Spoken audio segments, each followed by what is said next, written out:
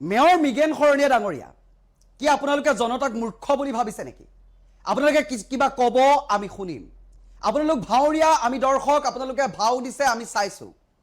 আপোনালোকে purple city কৰিব, কোনবোৰ বিষয়বস্তুৰ পৰা আমাক আঁতৰাই ৰাখিবৰ বাবে এই ভেকু ভাওনাখন ৰচনা কৰা হৈছে। আপোনালোকে পাৰ্পল চিটি পিছত কৰিব। পোন প্ৰথমতে আপোনালোকে গুৱাহাটীখন কেনেকৈ বানমুক্ত কৰিব পাৰি, নলা নৰ্দমা কেনেকৈ কৰ্তব্যময় নাইকিয়া কৰিব পাৰি, কেনেকৈ অত্যাধিক ডাষ্টবিনৰ ব্যৱস্থা কৰিব পাৰি, 100 মিটাৰ আন্তৰি কেনেকৈ চিচিটিভিৰ ব্যৱস্থা কৰিব পাৰি, এই সকলৰ ওপৰত ফাইনৰ ব্যৱস্থা কেনেকৈ কৰিব পাৰি, ষ্ট্ৰীট লাইট কেনেকৈ ব্যৱস্থা কৰিব পাৰি, ভৰলুখন যাতে বাহিৰৰ পৰা খেলুৱৈসকল আহিলে খেলুৱৈসকলৰ লগত অহা মানুহে দেখিলে ভৰলুখন যাতে দেখি চিচি চাচা থুথু ঠাটা নকৰে, তাৰ বাবে ওপৰত যাতে তিৰপাল পাৰিব নালাগে, তাৰ ব্যৱস্থাটো কেনেকৈ নাইকিয়া কৰিব পাৰি, বানমুক্ত গুৱাহাটী মহানগৰখন কেনেকৈ কৰিব পাৰি, আপোনালোকৰ পাৰ্পল চিটি ৰং ৰাইজৰ টেক্সৰ পইচাৰে যি কাৰ্যপ্ৰণালী কৰিম বুলি ভাবিছে, বেঙুনীয়া কৰি পাৰ্পল আপোনালোকে কৰি চিটিখন যি কৰিম বুলি ভাবিছে, এজাক বৰষুণতে যেতিয়া পাৰ্পল গৈ গেৰুৱা কালাৰ হৈ যাব, তেতিয়া আপোনালোকৰ সেই ৰাইজৰ টেক্সৰ তাৰ পাছত আপোনালোকে ৰাইজৰ টেক্সৰ পইচাটো অবাবত খৰচ কৰিলে সেইটো উত্তৰ দিব পাৰিবনে নোৱাৰে?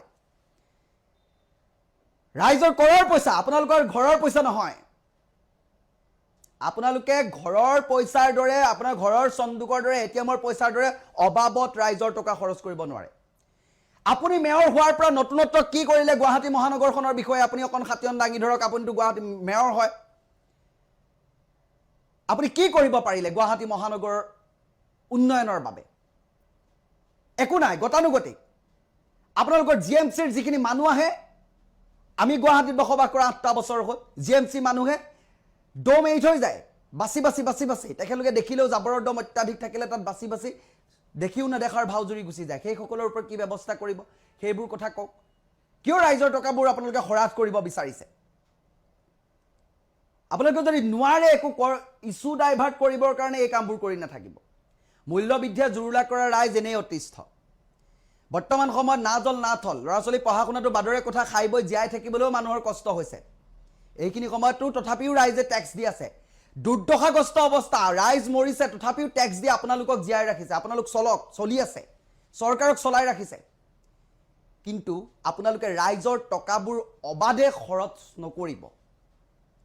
বহুত কষ্টৰ পইচা, ৰাজকোষত থকা পইচা, বহুত কষ্টৰে জমা কৰা পইচা, পাই ৰাইজৰ টকা পইচা। গতিকে আপোনালোকে মন গ'লে বুলি হকে বিহকে এই অনৰ্থক পদক্ষেপবোৰ লৈ এইবোৰ বজাৰ নকৰিব। ইছ্যু ডাইভাৰ্ট কৰিবৰ কাৰণে এইবোৰ নকৰিব। আপুনি ইছ্যু ডাইভাৰ্ট কৰিবৰ কাৰণে এইবোৰ কৰিছে। পাৰ্পল চিটি কৰি আপুনি ৰং দি বান্দৰী খুন্দৰী কৰিব বিচাৰিছে। বাল্টিঙে আপুনি ৰং খালিলেও বান্দৰী খুন্দৰী কৰিব নোৱাৰে। গুৱাহাটী মহানগৰীৰ এজাক বৰষুণত পাৰ্পল চিটি ওলাই যাব। তেতিয়া কি উত্তৰ দিব? আপুনি যদি কয় বোলে ৰং খানি দিয়াৰ পিছৰ পৰা বান নহয়, তেতিয়া আপুনি কৰক, ক'ব লগা নাই। মেয়ৰ মিগেন শৰণীয়া ডাঙৰীয়া, ৰাইজৰ টকাবোৰ অপব্যৱহাৰ কৰিবলৈ আপোনাক কোনে অধিকাৰ দিলে বা আপোনালোকক কোনে অধিকাৰ দিলে? ৰাইজৰ টেক্সৰ পইচাবোৰ আপোনালোকে যে সমাজৰ বাবে ব্যৱহাৰ নকৰি গছত গৰু উঠা হুলুঙাই কাণ বিন্ধাৰ দৰে কামবোৰ কিয় কৰিব বিচাৰি আছে? সমাজখনৰ বাবে কি লাভ হ'ব এইবোৰ কৰি? গুৱাহাটী মহানগৰবাসী কি লাভ হ'ব?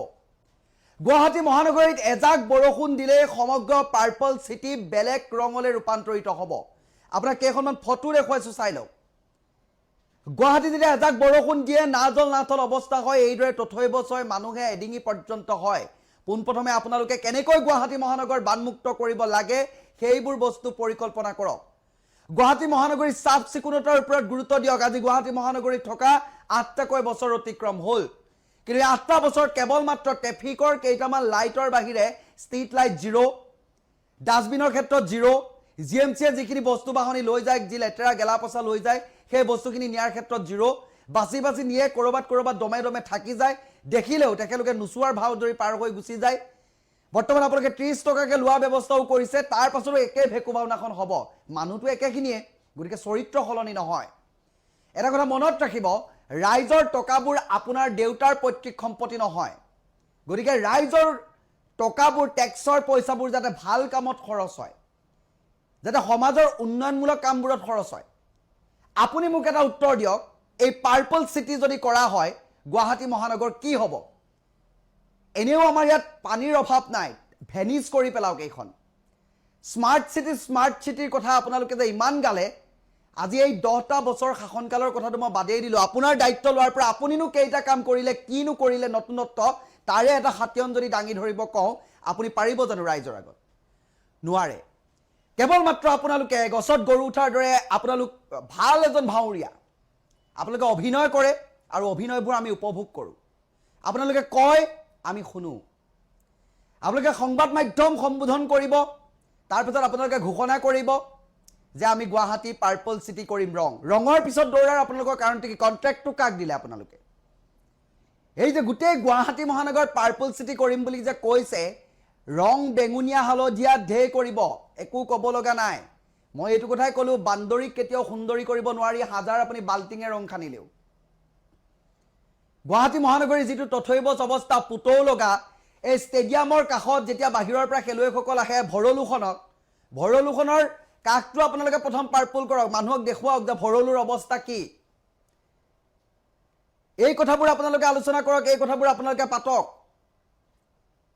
ভৰলুখন বাহিৰৰ পৰা খেলুৱৈ কেইজনমান আহিলে বাহিৰৰ পৰা চাবলৈ অহা মানুহে ভৰলুখনৰ কৰ্তব্যমৰটো নেদেখিবলৈ আপোনালোকৰ এই অৱস্থা যে তাত ত্ৰিপাল পাৰিব লাগে ওপৰত নেট পাৰিব লাগে ওপৰত সেই বস্তুবোৰ কি কৰিব পাৰিব কেনেকৈ নিষ্কাশন কৰিব পাৰিব সেই বস্তুবোৰ নাই কেৱল মাত্ৰ মই আপোনালোককো দুখ দিবলৈ যোৱা নাই আমাৰ একাংশ অলগদ্ধ মূৰ্খ কেৱল মাত্ৰ জীৱশ্ৰেষ্ঠ হিচাপে খুব ধুনীয়া মানুহ হিচাপে আছে মগজ এটা লৈ তেখেতলোকৰো কিছুমান সমাজৰ কাৰণে অৰিহণা থকাটো দায়িত্ব কেৱল যে আপোনালোকে কৰিব লাগিব তেনেকুৱা কথা নহয় কিন্তু আপোনালোকে সেই ডিপাৰ্টমেণ্টটো চম্ভালি আছে কাৰণে আপোনালোকে সেই কৰাটো অত্যন্ত প্ৰয়োজন আপোনালোকে প্লাষ্টিক বন্ধ কৰিম বুলি কয় প্লাষ্টিকৰ আপোনালোকে কোম্পানী বন্ধ নকৰে আপোনালোকে আহি যেতিয়া প্লাষ্টিকৰ এই পলিথিন কেইটামান খুচুৰা ব্যৱসায়ী দোকানত গৈ আপোনালোকে হামলা দিব সেইটোৱে কি সমাজখনৰ বাবে কিবা কাম হ'ব নেকি আপোনালোকে শিখৰ গুটখা খাবলৈ ৰাইজক অনুৰোধ জনায় কিন্তু কোম্পানী বন্ধ নকৰে সেই দোকানকেইখনত গৈ আপোনালোকে ঘূৰি ঘূৰি কেৱল মাত্ৰ কথা কেইটামান কৈ গুচি আহে সেইটোৱে কিবা সমাজৰ বাবে লাভ হ'ব নেকি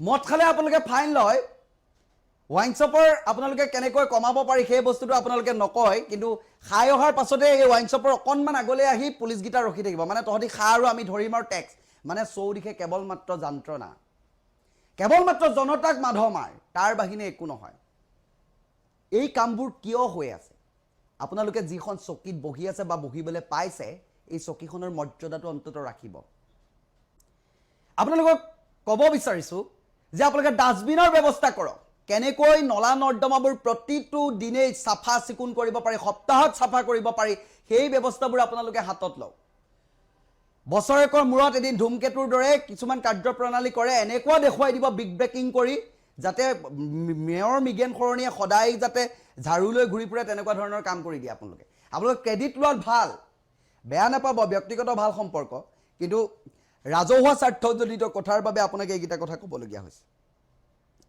কাৰণ পাৰ্পল চিটিয়ে ৰঙে আমাক এতিয়া একো নকৰে আপুনি চাফ চিকুণতাৰে কেনেকৈ ৰাখিব পাৰি সেই বস্তুটো আপোনালোকে কৰকচোন ৰং বিৰঙৰ খেলা বহুত হ'ব সেই যোনকেইখন আপোনালোকে দলং বনালে সেই দলং কেইখনত চিচিটিভি কেমেৰা কি হৈ আছে কেতিয়াবা চাইছে এক্সকেলেটৰ কেইখন কি হৈ আছে চৰকাৰৰ ফালৰ পৰা দৃষ্টি নিবদ্ধ ৰাখিছেনে গোটেই শিখৰৰ পিক মই এইটো কথা আপোনালোকক দুখ দিব যোৱা নাই কিন্তু তাত সিকিউৰিটি এপইণ্ট কৰা হৈছে আপোনালোকে এইখিনি কথা আপোনালোকৰ সোপা ঢিলাই আইনবোৰৰ কাৰণে এই ব্যৱস্থা হয় দলঙত বোলে পিক পেলালে চিচিটিভি কেমেৰা থাকিব যোনে পৰাব 500,000 শুনিছিলে নাই ৰাইজে শুনিছিলে 500,000 টকা বোলে ফাইন ভৰাব কি হ'ল সেইবোৰ কৰিলে জানো নকৰিলে আপোনালোকৰ সোপা ঢিলা নীতিৰ বাবে কৰবাত প্লাষ্টিক যদি জাবৰ জোথৰ এনেকৈ পেলাই বোলে তেতিয়া তেখেতলোকৰ ওপৰত চিচিটিভি ব্যৱস্থা কৰা হ'ব সেইখিনিৰ ওপৰত কিবা ব্যৱস্থা কৰা হ'ল জানো নহ'ল একো নাই গুৱাহাটী মহানগৰীত প্ৰায় সংখ্যক গলি দেখোন অন্ধকাৰে হৈ থাকে ষ্ট্ৰীট লাইটৰ অভাৱত সেইবোৰ কিবা কৰা হ'ল নেকি একো নহ'ল মুঠতে কেৱল মাত্ৰ কথাৰ ফুলজাৰি হ'ল আপোনালোকে কৈছে আমি শুনিছোঁ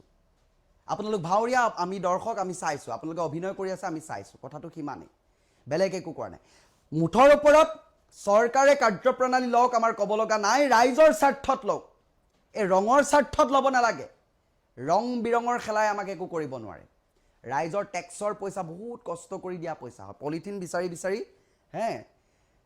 মানে ভঙা চিঙা বিকি বিকি টকা দিয়ে ন গতিকে সেই বস্তুখিনি অন্তত এই ৰঙত খৰচ নকৰিব দেই 70-80,000 দৰমহা পায় লাখ টকা দৰমহা পায় এমএলএ কেইজনৰ 126 জন এমএলএৰ পৰা টকাও যদি আপোনালোকে লয় নহয় অকণমান সমাজৰ বাবে দিয়ে তেতিয়া আপোনালোকে কৰিব পাৰিব এইটো কাম তাৰ পৰা ল'ব এই টেক্সৰ পইচা খৰচ নকৰিব কিন্তু কথাটো মনত ৰাখিব ৰাইজৰ স্বাৰ্থজনিত কথাবোৰ আপোনালোকে পাতক এইবোৰ বিজতৰীয়া কথা পাতি ভেনিছ আমাক সপোন দেখুৱাবলৈ বাদ দিয়ক